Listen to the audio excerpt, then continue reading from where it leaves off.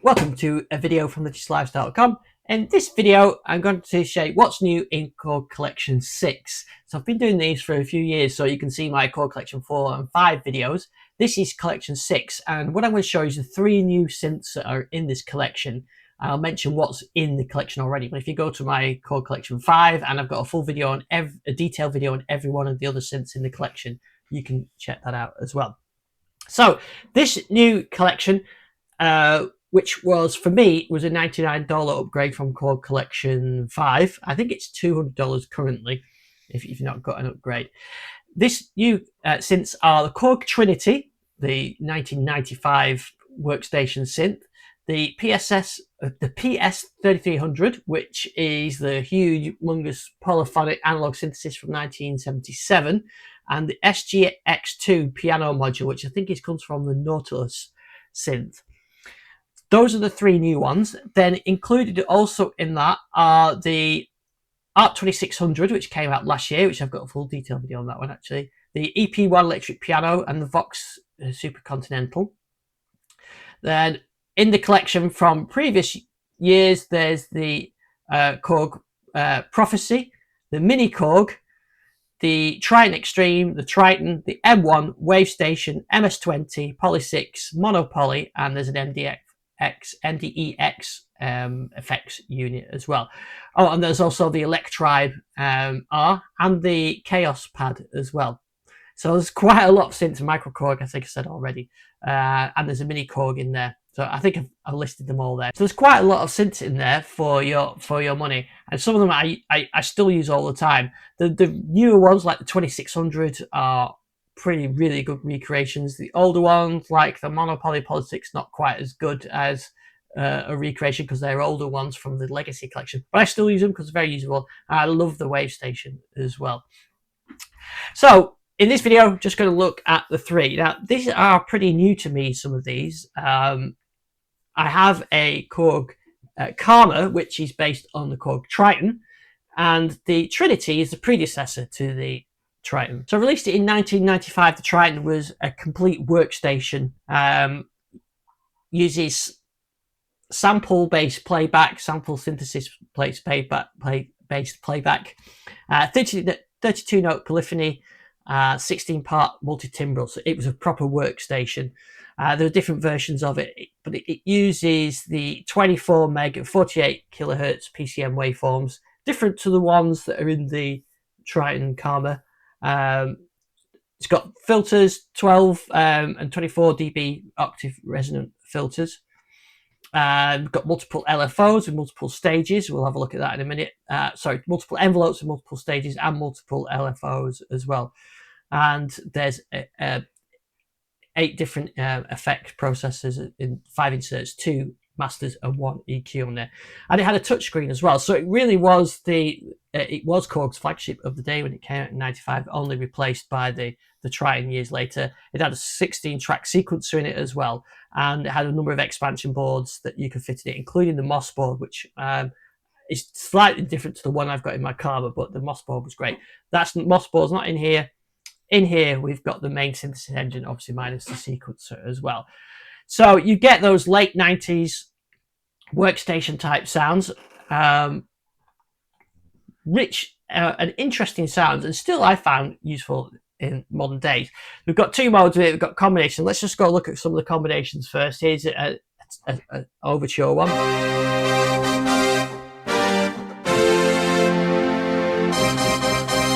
Some nice big sort of string sounds, some motion sequence.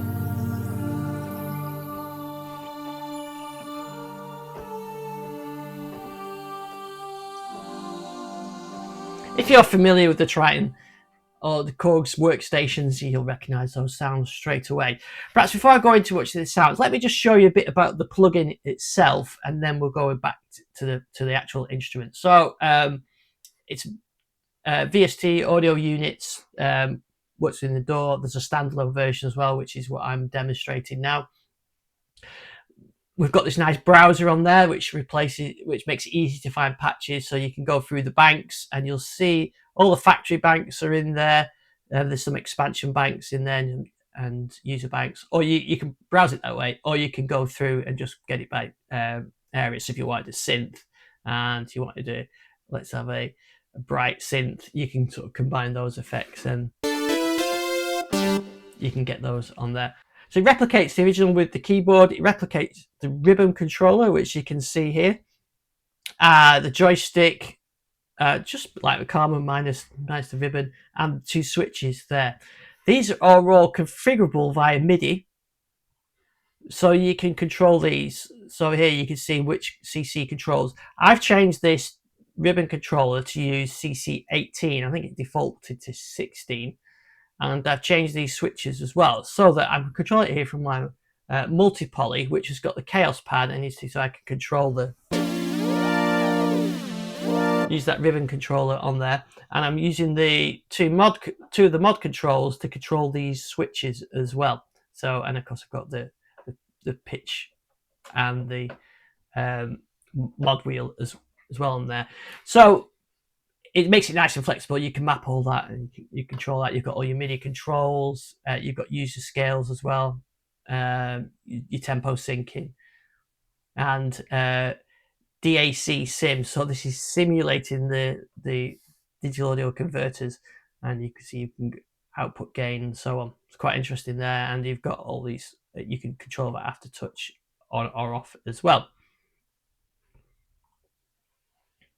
So the user interface is pretty straightforward, really. You've got your volume control there. If you're familiar with the Triton plugin, it's pretty much the same.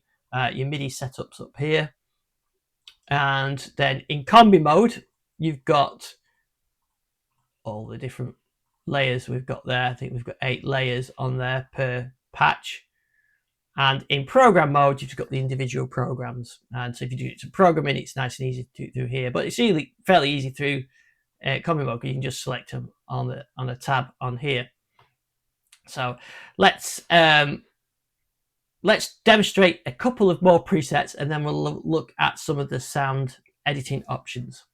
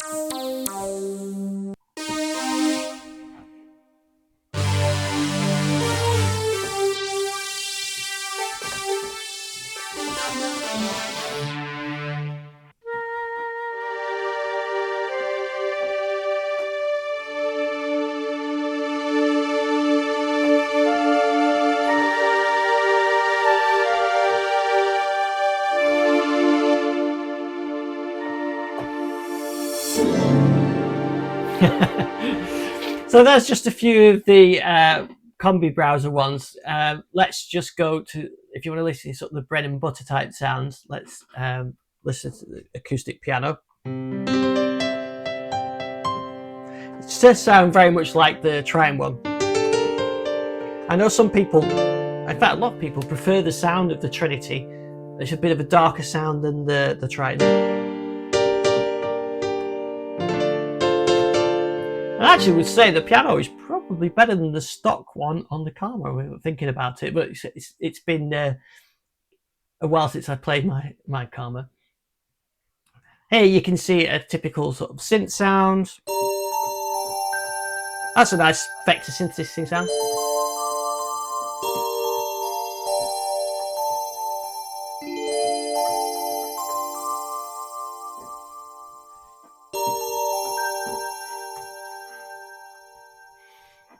So let's say, while we're in this mode here, let's have a look at editing. There's an easy mode that Korg have done on a few of these plugins now, and then we've got the oscillator sounds and the pitch and the amp. So let's go to easy mode. You can see we've got two oscillators there, so you can hear that DWGS bell. We can definitely hear that one. And then we've got an amp section and a filter envelope and the amp envelope. If we go to the oscillator here, you can see the pitches, so we can change that, I presume. And here you can see we're using, I don't think we're using, I can't hear that piano sound, I can just hear the bell. Let's turn all the oscillators off. There we go. So I think there must be a mode to switch these two oscillators on, perhaps. And I can't immediately see. Perhaps it's to do with the split points that it's showing. I can't immediately see where that split point is or which velocity zone, but I'm sure someone's used a Trinity will recognise that straight away. But you can hear that bell sound on there. And like I said, you can pick where you want, so I could have a completely different sound. See, there's some, you'll notice there are some M1 type sounds in there, so I bet there's some Wavestation sounds as well. There it goes, I've changed that, and I can bring that back in. So you can see that's your pitch, you've got your velocity zones down and your scaling. We've got a pitch envelope, which we can control velocity as well. We've got some pitch bend range, an LFO, two LFOs in fact, and the modulation, you can choose how they're controlled here by the LFO amount. So we could probably choose to apply the LFO. You probably won't to hear too much on these kind of digital sounds. If you had a sine wave, you'd hear it. And there you can see how you can do those, and you can have key sync in as well. No free running or anything like that, I don't think. So we've got LFOs, we've got a pitch envelope, and then here we've got some control over, so you can use the ribbon or the joystick or velocity or poly aftertouch or whatever you want from there as well. And then it looks like we've got some other controls here on the modulation routing. Then we've got the filter.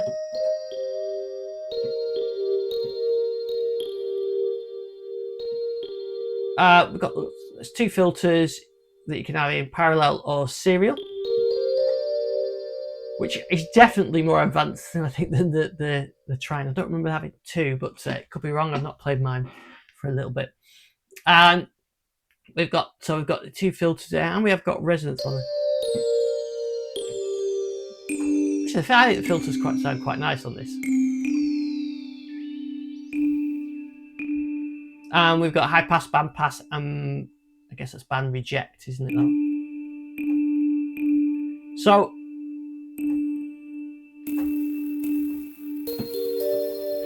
I think there's more filter options there on the than the Triton. But anyway, I'll check at the end of the video and probably find I was completely wrong. But there you go. So we've got the filter envelope here. We can play with that as well.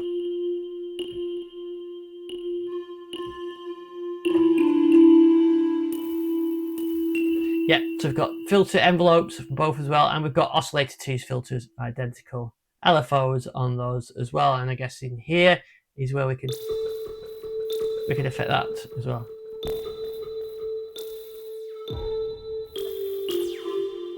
So we've got a lot of program control over it as well, and then we've got all these mods for the filter, and then finally we've got the amp section with an envelope, key tracking, breakpoints, and modulation on those as well. So you could use velocity to affect the attack, say, usual things you would do, but as well as brightness and things like that with velocity. But you've got aftertouch and we've got for both sections as well. And the final bits we've got some routing of the effects. You can see the effects there. I'm pretty sure on my Karma I've got 4 insert effects and 2 master effects. So it appears we've got a little bit more to play with on here. So there's your routing to the effects, and then the actual effects as well. So you can see we've got stereo chorus and delays.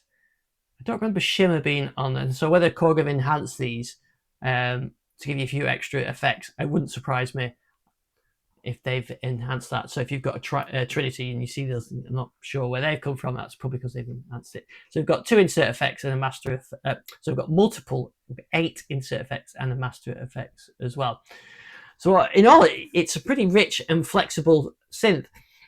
This is my first time playing with it, so I'm going to do a bit more playing with it, and I can bring a more detailed review of it when I've spent some time with it. But I think this is a nice addition, especially if you want to go in for sort of those late 90s, early 2000 vibes.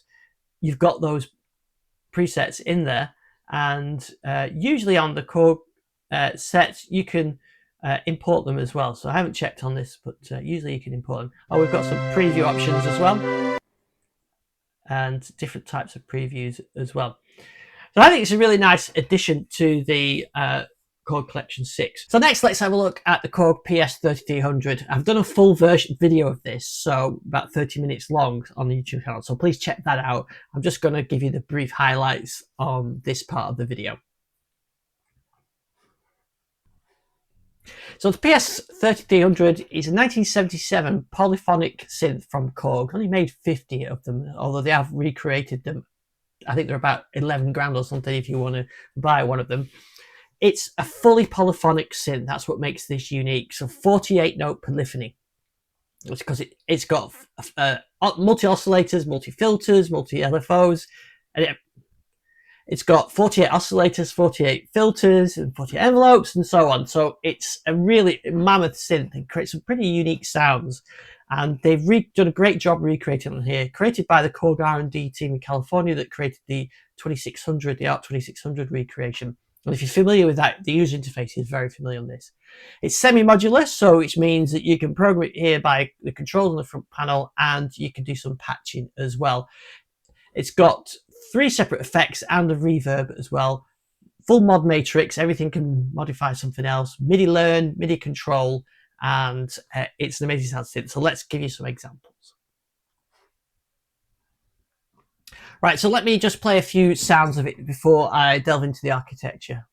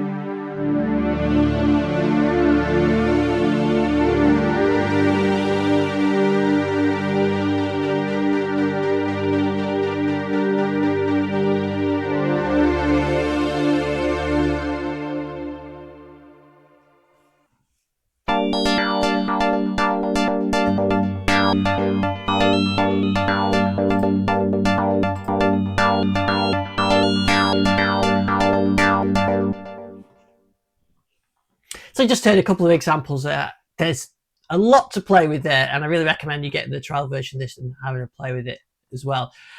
Just before I delve into the synth architecture and some of the things you can do with it, of course, it's MIDI, it's standalone, you can have it in the DAW, and you've got this really good librarian that you can search on. If you're familiar with the 2600 or any of the Korg R&D products like the ModWave, Multipoly, Wavestate, you recognize all this as well.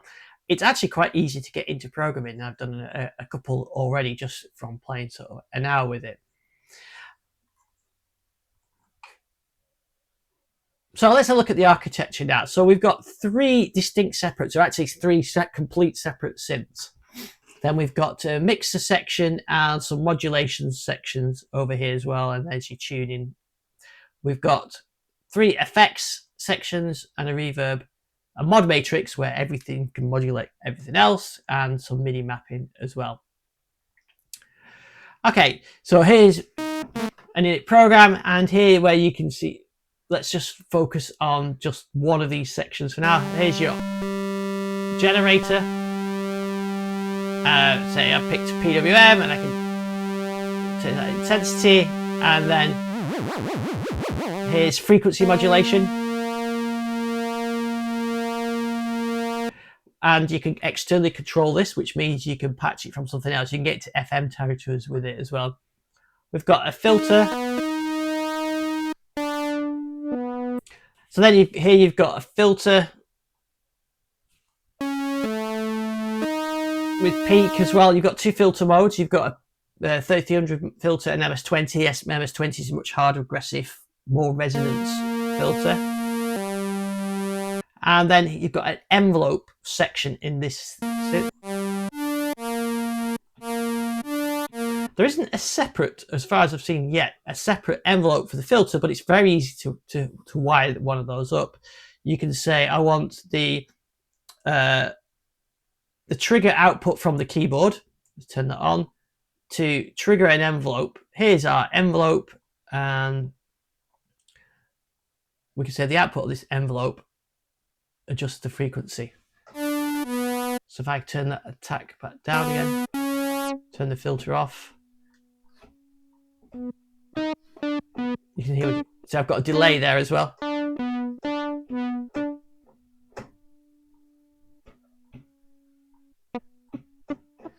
See, I can actually control in that filter there. So that's how easy it is to do the sort of the routing effects on here.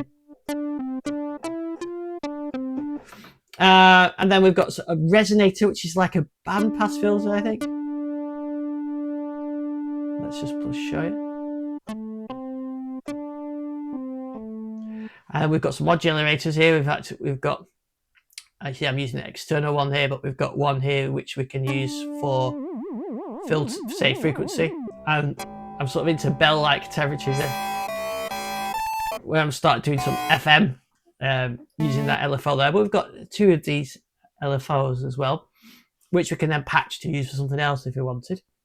So you can see you can make some interesting sounds already, because you can start to get the potential of controlling the attack of the modulation generator and the release of the modulation generator from something else. And over here is where we can use all these things. We've got voltage processors, so we can limit the amount of voltage coming in and to take it back out again. And so we've got sort of modulation processors here is where you can combine. So you could have, say, a LFO with the output of mod wheel to control pitch modulation based on LFO, that kind of thing.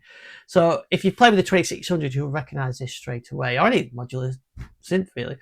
This is how you can do it. You've got all these modulations, and you can build up these rich sounding patches, and then you can then have an ensemble as well, which I always really like, and then you can start to integrate the other oscillators on it as well. Actually, what I quite like doing is you can copy this part of the panel, paste it onto, say, this one, and have it different tuning, and you can quickly create that sort of effect. Then you've got this nice mixer section here, where you can also take the output of the mixer and use it as input for something else. So you've got a lot of possibilities. The other things you can do as well is you can learn these as well. So I can learn that. So I've got that controlled here from my multi-poly, and I could control two at the same time as well. So the other thing you can do, you can control these MIDI learn. So I've already learned that one. I can learn that one as well. So I can control that. I'm using multi-poly here, but you can control that key stage or whatever synth that sends out the CC controls as well. So you can see there's a lot you can do there. Now I've got basic sound. Let's add some effects on there. You can see we've got a load of effects to choose from. There's 3 slots and you can use any of the effects. So we've got compressors, guitar amps, vintage and modern choruses, phasers. We've got rotary speaker emulation, delays, and reverbs on there as well. And then there is a full reverb slot as well. So let's go with this one. Let's go with the compressor first. I'll put a modern compressor on 1, and on 2, let's stick some chorus on there. On 3, I'll have some tape head.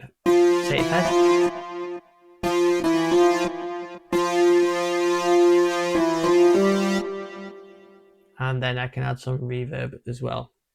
And let's add some spring reverb.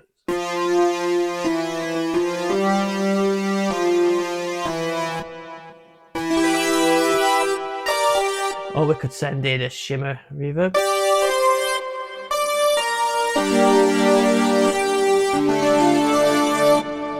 So it's quite harsh, that one I created there, but you get the idea.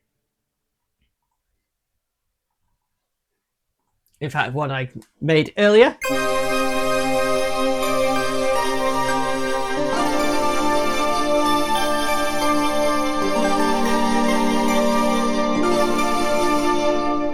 That's a nice one I created using that example I talked about, using the envelope generator to do some extra effects.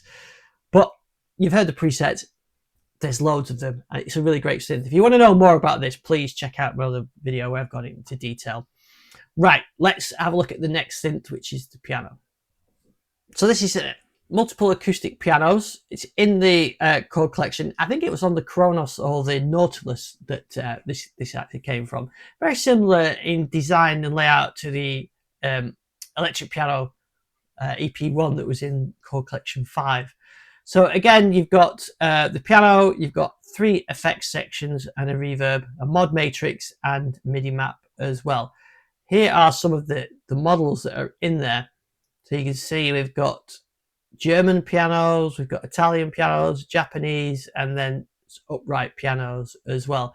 I'm not the greatest piano player, but I do like a nice piano sound, and it sounds probably better when I play it on one of the bigger keyboards rather than the short multi-poly. But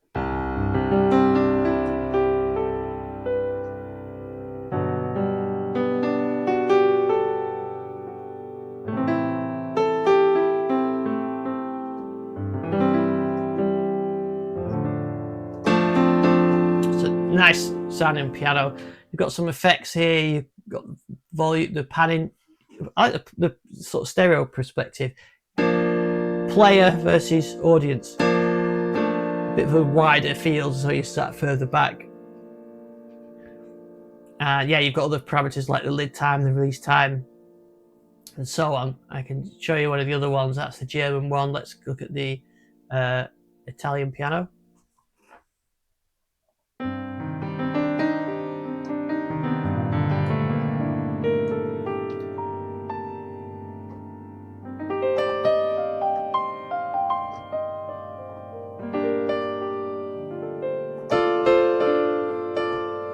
It sounds nice, doesn't it? And then we've got the Japanese piano. I am not enough of a I'm more synth aficionado than piano aficionado. So if you're really into pianos, you can probably tell the difference really clearly on these. I think the Japanese one has a really nice softer tone, but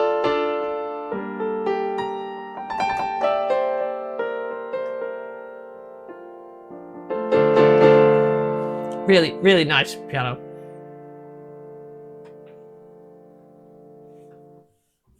I mentioned this, you've got effects as well, so you can have some EQ on there. Basically the same as what we were looking at in the other Korg synths, but I could get that piano, apply a rotary speaker to it, and get a sort of nice Pink Floyd sound.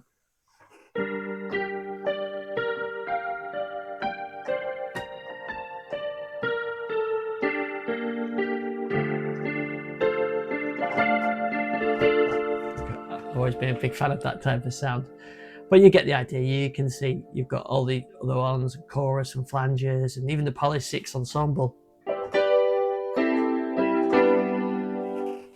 You can layer those up with 3 different effects. We have a compressor, we've got a Poly 6, we've got the ensemble, compressor. Let's put on some stereo delay, and then we can have some reverb as well. And let's go for some large reverb.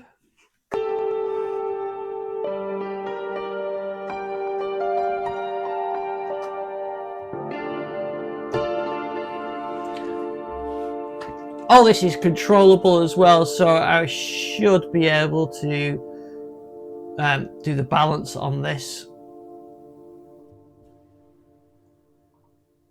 So I can MIDI learn that one.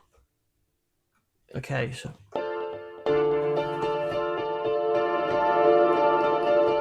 it's very simple to use like that. There are a lot of presets you can see. I think we've got some upright as well. I should have showed you those.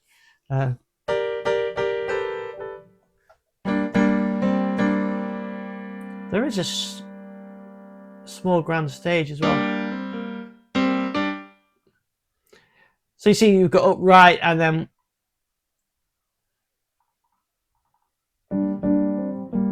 we've got all these different. So you can see we've got lots of different different styles of pianos, and then different effects put on them as well.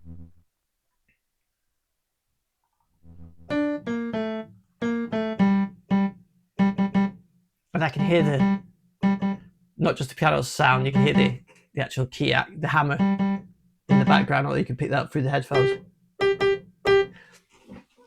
But it's a really nice instrument. If you need a piano sound, this is your go-to thing. It's quite nice to have as a sort of, I'm more of a synth guy, but it's quite nice to have those piano sounds in your library there to be able to pull them out when you need them. And of course, I quite like doing the piano sounds with lots of echo, sort of early 80s style. You can get some really nice, interesting effects out of that. So that's the SGX-2. So those are the 3 new synths that we've got. We've got the SGX-2, we've got the Trinity, and the PS-3300. And like I said earlier on, you've got all the things like the Chaos Pad, Micro Korg, Lectribe, Trinity, Prophecy, Mini Korg, Triton M1, Wavestation, ARP Odyssey, MS-20, Poly 6, Monopoly, and an effects as well. So there's loads to play with. I'm probably going to do another video maybe on the Trinity, because I want to spend some time and do that. Check out my other videos. I've got really in-depth videos on the previous Korg collections, 5, which goes on all the other synths. I've covered them in some detail as well. And also check out the 3300 video that I've just done. Thanks for watching this video. Please like and subscribe if you do like, and I'll see you on the next one.